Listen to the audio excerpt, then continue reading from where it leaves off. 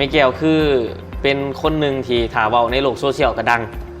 คนโฟโล่เพจเพิ่น200,000 กว่าซ่อนหยิบสิ้นฟรีแล้วก็เหียนมือเดียวเป็นแล้วก็เลี้ยงเข้าฟรีครับหนึ่งพร้อมเนาะแม่แก้วก็ดีใจเป็นส่วนหนึ่งของสังคมถึงว่าเฮาสิเป็น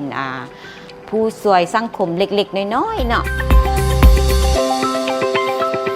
ผู้จักกับแม่หญิงต้นแบบในการสร้างสายอาชีพผู้ที่มีจิตใจเอื้อเฟื้อประกอบส่วนช่วยเหลือสังคมตลอดมาสร้างอาชีพให้หลายชีวิตมีคุณภาพชีวิตที่ดีขึ้นนอกจากนั้นยังเป็นบุคคลที่โด่งดังในโลกออนไลน์ที่มีผู้ติดตามหลายกว่า 200,000 คนเบิ่งได้จากกิจกรรมยามว่างที่มีหลากหลายคอนเทนต์เฮ็ดให้หลายกลุ่มคนสนใจในวิถีชีวิตของเพิ่นแม่หญิงต้นแบบในการสร้างสายอาชีพไปรับชมกับแม่แก้ววันคำสบายดีแม่โดยสบายดีอยากให้แม่แนะนำตัวกับทานผู้ชมที่กำลังรับชมเนี่ยเจ้าโดยนี่คือแม่แก้ววันคำไซโกซี่เนาะอายุกะ61บวกแล้วเนาะดังที่เฮาบอกไปในต้นรายการเนาะว่าแม่แก้วคือเป็นคนหนึ่งที่ถาเว้าในโลกโซเชียลก็ดังคนโฟโล่เพจเพิ่น200,000 กว่าโดยแล้วก็อยู่ TikTok ก็ 30,000 กว่า YouTube ก็ 7,000 ซับก็แล้วมีคลิปดังๆที่แบบระดับล้านวิวเนาะหลายคลิปซึ่งว่านี่คือเป็นอีกหนึ่งคนที่ว่าโดดเด่นเนาะในโลกออนไลน์และนอกจากนั้นแล้วนะที่น่าสนใจของแม่ก็คือว่าเพิ่นเป็นคนที่เปิดสอนยิบเครื่องให้ฟรีแล้วก็มีหลายๆกิจกรรมหลายๆไลฟ์สไตล์ของเพิ่นเนาะเป็นแบบอย่างที่ดีให้กับสังคมแม่แก้วเริ่มต้นเฮ็ดคลิปตั้งแต่ตอนไหนแม่แก้วเริ่มเฮ็ดคลิปกา2019สามีแม่แก้วเพิ่นเสียเนาะเสียแม่แก้วก็เลยว่าเงาแล้วก็บ่มีแนวอีหยังเฮ็ดก็เลยว่าทำอิฐกับน้ำฝนเนาะมีจักเย็บผ้าสมัยตะกี้ของแม่แก้วเป็นจักเก่าเป็นจักเย็บตีนหั่นน่ะโดยแล้วก็เลยว่ามาเฮ็ดซ่อนหยิบเครื่องพอดีน้ำฝนนี่แม่นลูกสาวน้ำฝนแม่นลูกสาวล่าโดยแม่นลูกสาวล่าเลยก็เลยว่าน้ำฝนกับยังบ่ทันได้เรียนด้านนี้คือก็เลยว่ามาจอยกับแม่ว่าเฮาเฮ็ดลองเบิ่งดูตอนนั้นมี Facebook เนาะก็เลยว่าเฮ็ดลง Facebook ซ่อนลิ้นซื่อๆนี่แหละเป็น Facebook เฮาก็ซ่อนลิ้นแล้วบัดนี้ก็มีคนติดตามไลน์หั่นน่ะติดตามไลน์แล้วเขาเจ้าก็เลยว่าแฮ็กเฟซแม่แก้วไปซ่อนมาปีนี้ก็เป็นปีที่5แล้วเนาะซ่อนหยิบสิ้นฟรีแล้วก็เหียนมือเดียวเป็นแล้วก็เลี้ยงเข้าฟรีครับ1พร้อมเนาะโดยตะกี้แม่นสอนเฮ็ดคลิปสอนตัดยิบเนาะโดยและหลังจากนั้นมากก็มีเปิดสอนแท้ๆเลยทุกวันอาทิตย์ฟังจากเสียงนี่แม่พื้นฐานไทยล่วงพะบางโอ้คนล่วงพะบางไทยล่วงพะบางก็มาเฮียนอยู่สร้างขู่ดงโดกแต่ปี1979เนาะจบปี82แล้วก็ทึกไปซ่อนอยู่โรงเรียนอนุบาลล่วงพะบางไปแต่ว่าบ่ได้ซ่อนเนาะกลับคืนลงมาเวียงจันทน์แล้วก็มาเฮียนตัดเครื่องอยู่มีใสเนาะเริ่มหับเครื่องมาหยิบเนาะตั้งแต่ปี84เป็นต้นมาเนาะแล้วแต่นี้อายุเฮาก็แก่แล้วเนาะก็ขี้คานขึ้นแล้วก็เลยว่าซ่อนแต่สิ้นมันก็เป็นอันนึงที่ว่าผู้หญิงเฮานุ่งได้ทุกโอกาสมันเป็นที่ว่าเป็นประเพณีวัฒนธรรมลาวเนาะเจ้าสิไปใส่ไปโด่งไปงานไปอีหยังเจ้าก็ต้องนุ่งสิ้นเบียงเปแม่นบ่แล้วแม่แก้วก็เลยว่าซ่อนแต่หยิบสิ้นก็ดีเพราะว่าสิให้โอกาสคนที่ว่าบ่ฮู้เพราะว่าการหยิบสิ้นนี้มันก็บ่ได้ยากถ้าใจเจ้ามักนะคันสิไปจ้างเขาเจ้าก็ได้อยู่แต่ว่าสัวสิฮอตคิวเฮามันก็ซ่าเนาะแม่แก้วก็ดีใจเป็นส่วนหนึ่งของสังคมถึงว่าเฮาสิเป็นผู้ช่วยสังคมเล็กๆน้อยๆเนาะเขาเจ้าก็ได้รับผลแบบเขาเจ้ามีอาชีพหาอยู่หากินไปใดไปโตใดโตโยธาข้าเจ้าขนาดมีแก้วกาภูมิใจก็ดีใจฮะแหละเฮาให้ไปละข้าเจ้าได้พุ่นต้มหับดีมีแก้วกาดีใจนี่คือคนหนึ่งที่เป็นแบบอย่างนะว่าเราอาจจะบ่ได้รู้สึกว่าพิเศษหลายสำหรับดอกแต่ว่าในมุมของเฮาเป็นคนเบิ่งเนาะแม่คือคนหนึ่งที่ประกอบส่วนสวยสังคมเนาะจากเพื่อแห้งของตัวเองจริงๆมันมีต้นทุนเนาะต้นทุนเวลาคนมากให้เขากินเขาเนาะสอนฟรีโน่นนี่นั่นแต่ว่าผลได้รับก็คือเกิดประโยชน์ต่อสังคมเนาะเห็นให้คนมีเบียกเห็นงานทำมีผลิตภัณฑ์นำโดยมีหลายบ่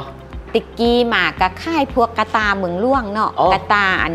หิ หิ้วไปวัดนี่นะแต่ว่าช่วงนี้ก็บ่ได้ค่ายละค่ายทรงไทยทรงนั้นแล้วก็อยู่ลาวแล้วช่วงนี้หยังก็แม่นผักเทียมดำเนาะโดยผักเทียมดำกับไข่แพนยามนี้ก็เบิดละเพราะว่ายามฝนละน้ำมันเปื้อนแล้วมันก็เฮ็ดบ่ได้ละโดยแม่แก้วก็สั่งพิเศษบ่แม่นสิซื้อตามตลาดทั่วไปเพราะว่าบางเทื่อก็เขาเจ้าเฮ็ดเฮาบ่ได้มาตรฐานแม่แก้วก็เลยว่าสั่งคันไผมีโอกาสเนาะแม่แก้วเพิ่นขายยังแนะนำเลยซื้อรถโดยอันนี้เว้าแบบเท่ๆเลยโดยขอบใจหลายๆเด้อค่ะเพราะว่าแล้วบ่แม่นมาขายเอาเงินนะแล้วบ่แม่นคนแบบฟิลมันว่าไม่เฮ็ดเพื่ออยากมีกำไรหลายโน่นนี่นั่นนะก็สิมีอยู่ดอกแต่ว่าเราคัดสรรแนวดีๆนั่นแหละเพื่อมาขายก็แบบเฮ็ดให้มันมีแนวเฮ็ดให้ม่วนให้มีความสุขผู้เฒ่าสิเป็นลักษณะนี้เด้เนาะเพิ่นมีแนวเฮ็ดแนวนี้เพิ่นก็มีความสุขบ่เงียบบ่เหงายังพอกูพอคนเนาะโอ้ประมาณนั้นท่านผู้ชมนี่คืออีก1คน1เรื่องเล่าที่เป็นบทเรียนให้พวกเฮาทั้งคนหนุ่มคนที่มีอายุแล้วก็สำหรับคนรุ่นใหม่เนาะแม่ขายผลิตภัณฑ์ของตัวเองจังซี่ใส่ขนส่งเฮาอยู่บ่โดยส่วนลายแม่แก้วก็ใส่ขนส่งหุงอรุณเนาะแม่แก้วสิส่งเฮาฟรีเลยก็เลยแม่แก้วเลือกใส่ขนส่งหุงอรุณอ๋อโดยแอปแม่ก็โหลดแอปที่ตามสินค้าโดยบางเทื่อก็เอาไปปะไว้ให้เขาเจ้าแล้วเขาเจ้าก็ส่งบินโดยเดี๋ยวต่อไปเฮาสิไปเบิ่งบอลสอนยิบเครื่องเนาะโดยไป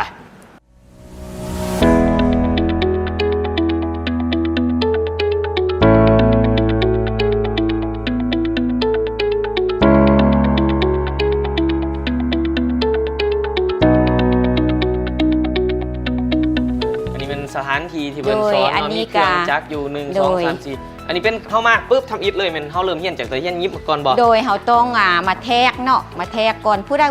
ดหยิบบ่เป็นแม่แก้วก็สิให้เย็บจักรก่อนเนาะเย็บจักรประมาณ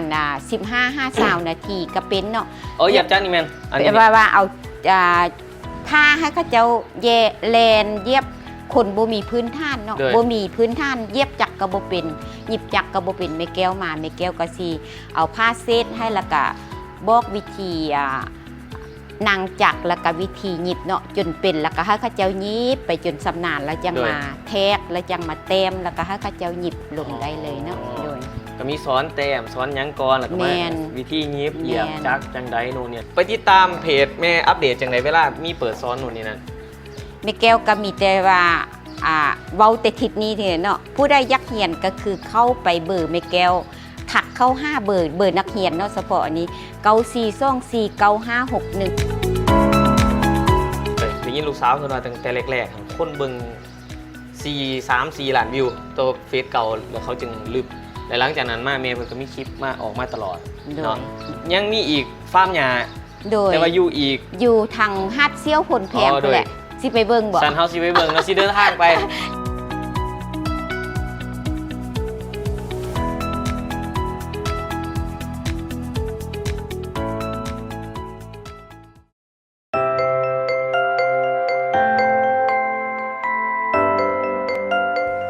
ทั้งเบิดนี่มันมีอยู่ประมาณ11 เฮกตาร์เป็นเนื้อที่ปลูกหญ้า4 เฮกตาร์แล้วก็เป็นเนื้อที่ปลูกข้าวเป็นเนื้อที่น่องป่าเนาะแต่ว่ามีน่องป่าโดยมีน่องป่าอยู่นี่บนหนึ่งอยู่นี่บนหนึ่งมีซ่องน่องเพราะว่าเก็บกับนำไว้เวลานำบ่มีนำตัวนี้บ่ออกเขาสิได้ดูดเอานำตัวนั้นมาฮดเนาะโดยคือว่าโซนนี้ถ้าท่านผู้ชมเห็นมันจะหันหญ้าจะห่างๆอีกจังหน่อยเขาสิไปเห็นอยู่โซนอีกโซนหนึ่งเนาะโดยตอนเขาเปิดรายการหันแม่นว่าหญ้ามันยังบ่จอดกันตัวนี้แม่นหักกันลงไหมแม่นหักก็ลงประมาณได้3 ทิศตัวนี้นะโดยปกติสมมุติเฮาซอออกเนาะแม่มันเฮาต้องเลี้ยงไว้ดนปานใดจึงสามารถขายได้ประมาณเกือบ2 เดือนแต่ละทิศหันเฮาต้องตัดเนาะตัดแล้วก็หว่านปุ๋ยตัดแล้วก็หว่านปุ๋ยประมาณ2 เดือนเฮาก็เอาออกได้ละ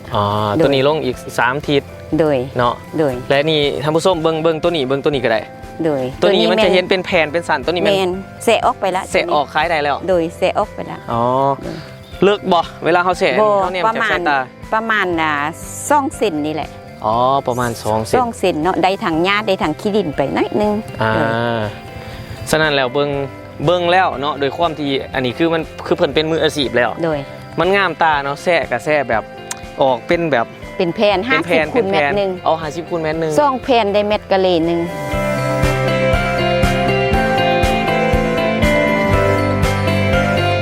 เริ่มมาบอลนี่ประมาณปีเริ่มมาบุกเบิกปีมาแต่99ปี99เรามาแต่ปี99แม่เพิ่นบอกว่าตั้งแต่สมัยก่อนนี่ทางเขามานี่ยังเป็นทางเพราะแต่ว่าไปให้ไปหน้าด้วยล่มงัวล่มป่วยและแม่เพิ่นก็มาบุกเบิกแถวนี้ดึงไฟเข้าเองหลักไฟฟ้าเขาดึงเข้าเองหมดโดยดึงเข้าเองหมดเลยกล้องเขาแพนไปมุมนั้นให้เบิ่งน้อยนึงก็ได้สายไฟหลักไฟเขาดึงเข้าเองหมดเนาะโดยเพื่อนที่ว่านั่งเพื่อนอยู่หันเรียนกันนี่แม่นเพื่อนของเพื่อนของพนักงานอยู่นี่โดยเพราะว่าผู้ได้อยู่นำ10 ปีขึ้นไปไม่แก้วซีปันดินให้สาวคูณ40แล้วเขาเจ้าก็ห้าเงินอยู่นี่แล้วก็ไปปลูกเหือนอยู่หั่นเนาะผู้ได้บ่ทันอยู่ฮอดกะอยู่ไปก่อนเนาะถ้าฮอดแล้วก็จังแบ่งปันให้ฟรีเนาะบุกเบิกใหม่ๆอยู่นี่มีพบขอยุ่งยากยังบ่กะพบข้อยุ่งยากหลายอันก็คือว่าเฮาได้มาบุกเบิกมาก็ได้เอารถมาเกตแล้วก็มาเกตมาปรับปรุงใหม่เบิดทั้งแหละทุกอย่างเฮาก็เฮ็ดใหม่เบิดก็จนให้มันได้เป็นพื้นดินแบบนี้นี่แหละได้โลได้เอารถยังนะให้พื้นมันแน่นได้เฮาจังเฮ็ดออกมาได้เป็นยังจึงเลือกอยู่นี่เคยไปหลายบอนมาก่อนแล้วบ่โดยเพราะว่ามันขึ้นกับดินอีกเนาะดินนี้นะคันท่าว่าเฮาบ่ได้มันกะปลูกมันกะบ่ได้พ่นเนาะหลายคนกะไปลงทินมันเป็นดินขี้ทรายบ่ดินอีหยังสินะเวลาเฮาปลูกไปนี่มันก็สิน้ำซึมไปเวลาเฮาแสะนี่มันสิออกเป็นคืบเนาะมันก็ไปบ่ได้แต่ว่าคันเจ้าปลูกเดินบ้านเดินเมืองบ่ปลูกให้มันงามหั่นละมันได้แต่ว่าเจ้าสิปลูกเป็นเฮ็ดอาชีพนี่มันบ่ได้ต้องซอกเนื้อที่ดินให้มันมีดินเหนียวดินยังอุ้มน้ำสิ่งสำคัญของการปลูกมันยังแน่นอกจากดินแล้วนอกจากดินแล้วก็เป็นปุ๋ยเนาะพวกปุ๋ยแล้วก็เป็นเลนขี้ตุ่มนะขี้ตุ่มที่ว่าเฮาหมักไว้เอาไว้หญ้าเอา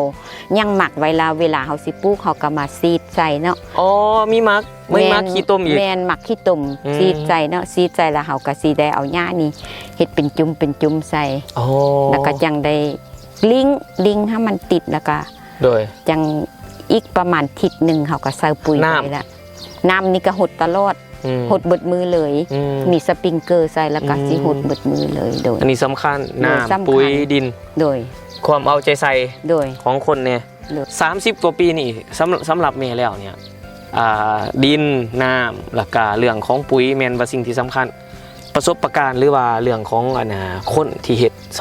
มันสำคัญหลายสำหรับคนที่เฮ็ดนี่ก็เจ้าก็ต้องมีประสบการณ์เนาะแล้วก็ต้องได้อดทนนั่นแหละได้ค่ายหรือว่าบ่ได้ค่ายเจ้าก็ต้องสู้นำกันเนาะเอามาลงเรือลำเดียวกันเลยเด้ก็ต้องได้ซอยกันเกลือกุ่นกันไปซะแหละเนาะแต่ว่าเดี๋ยวนี้แม่แก้วเฮ็ดแบบตะกี้แม่แก้วเป็นผู้มักคุมเนาะตอนพ่อเพิ่นบ่ทันเสียเนาะบัดนี้พ่อเพิ่นเสียแล้วก็เลยว่ามอบให้ข้าเจ้าอยู่ฟาร์มเฮ็ดเลยค่ายใดแล้วก็แม่นแบ่งครึ่งกันแล้วแม่แก้วกับบ่สู้ได้มาเนาะมีแต่ฮับออเดอร์เฮ็ดได้โดยเฮ็ดโลดได้ขายแล้วก็คือเพิ่นก็ได้อาชีพบ่แม่นได้แท้บ่แม่นมีก็จนได้เฮือนได้ซ่านนั่นแหละเฮาเฮ็ดผ่านมานี่มันเคยมีอุปสรรคอันใดที่เป็นสิ่งท้าทายสำหรับเฮาหลายบ่ในระยะผ่านมาเคยมีบ่โดยอุปสรรคก็คือว่าเฮาเฮ็ดหญ้าแล้วมันบ่มีลูกค้าแล้วหญ้าเฮาต้องได้กินเงินนะเขาต้องได้ซื้อน้ำมันมาตัดต้องได้ใส่ปุ๋ยอันนี้คืออุปสรรคเขาบ่ได้ค่ายแล้วมันกินเงินเขาฮะนะมันก็ต้องได้คาดขึ้นไปฮะนะ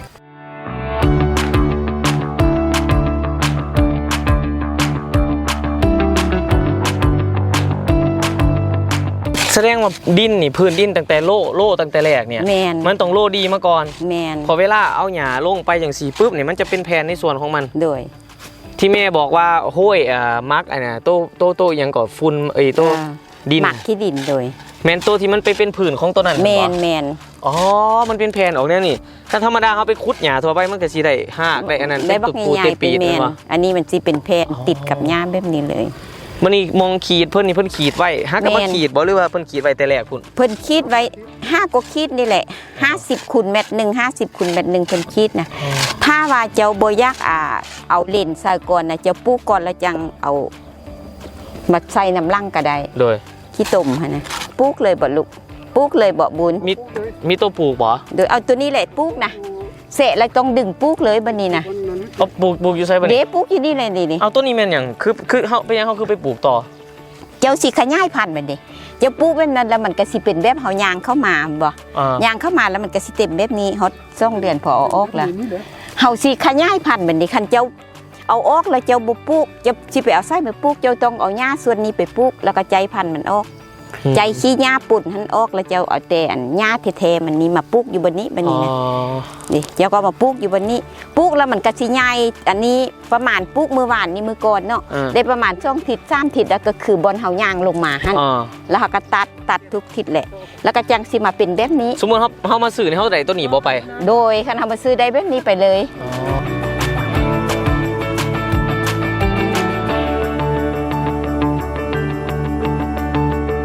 คือไผที่ว่าสมมุติว่ามาซื้อน้ำแม่เนาะมาหาทั้งแม่ทั้งพ่อทั้งทีมงานอยู่นี่ทีมงานก็สิอธิบายว่าต้องไปเฮ็ดจังไดต่อแม่นบ่โดยเฮาก็ซื้อไปปลูกอยู่เฮือนตัวเองสมมุติว่า แม่น ลูกก็ส่งถามว่าโอ้ดินข่อยเป็นจังซั่นจังซี่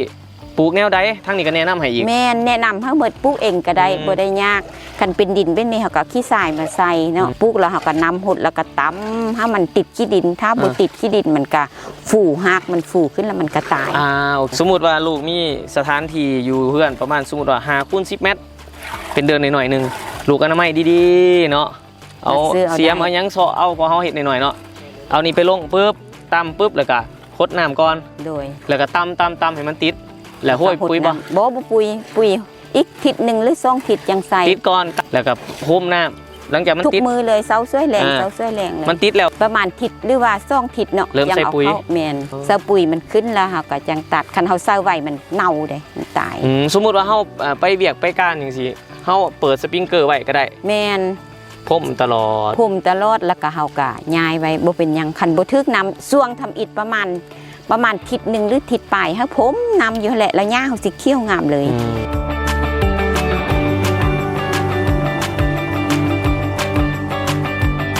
ขอบใจแม่เนาะแล้วขอบใจทางผู้ชมที่